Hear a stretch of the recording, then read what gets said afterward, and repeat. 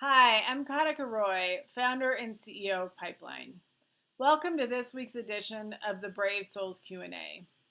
Today, we are going to talk about the economic impact of being a working parent during the pandemic.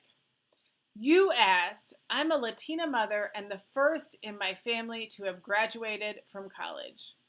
Education is important to me, and I want to instill this importance onto my elementary age children.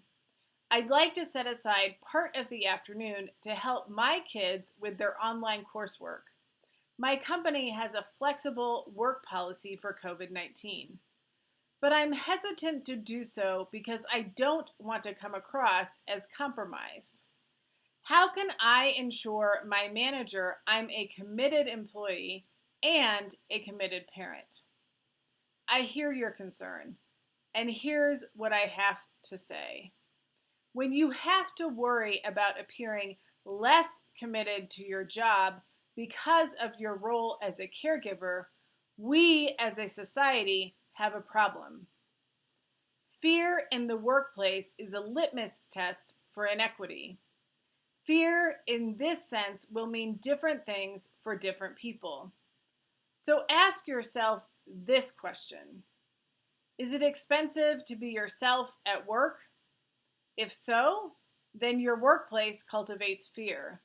And that means your company has room to improve on the diversity, equity, and inclusion spectrum. Based on what you said, it sounds like you would answer affirmatively to the question above because you're hesitant to bring your full self, a mother, a first-generation college grad, a Latina, etc., to work. And you are not alone. In fact, recent research shows that 38% of parents fear being penalized at work simply for being a parent. And as a Latina, you're up against some unique hurdles.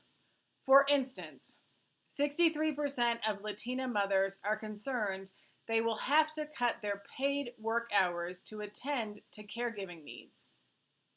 That's compared to only 41% of white mothers who share the same concern.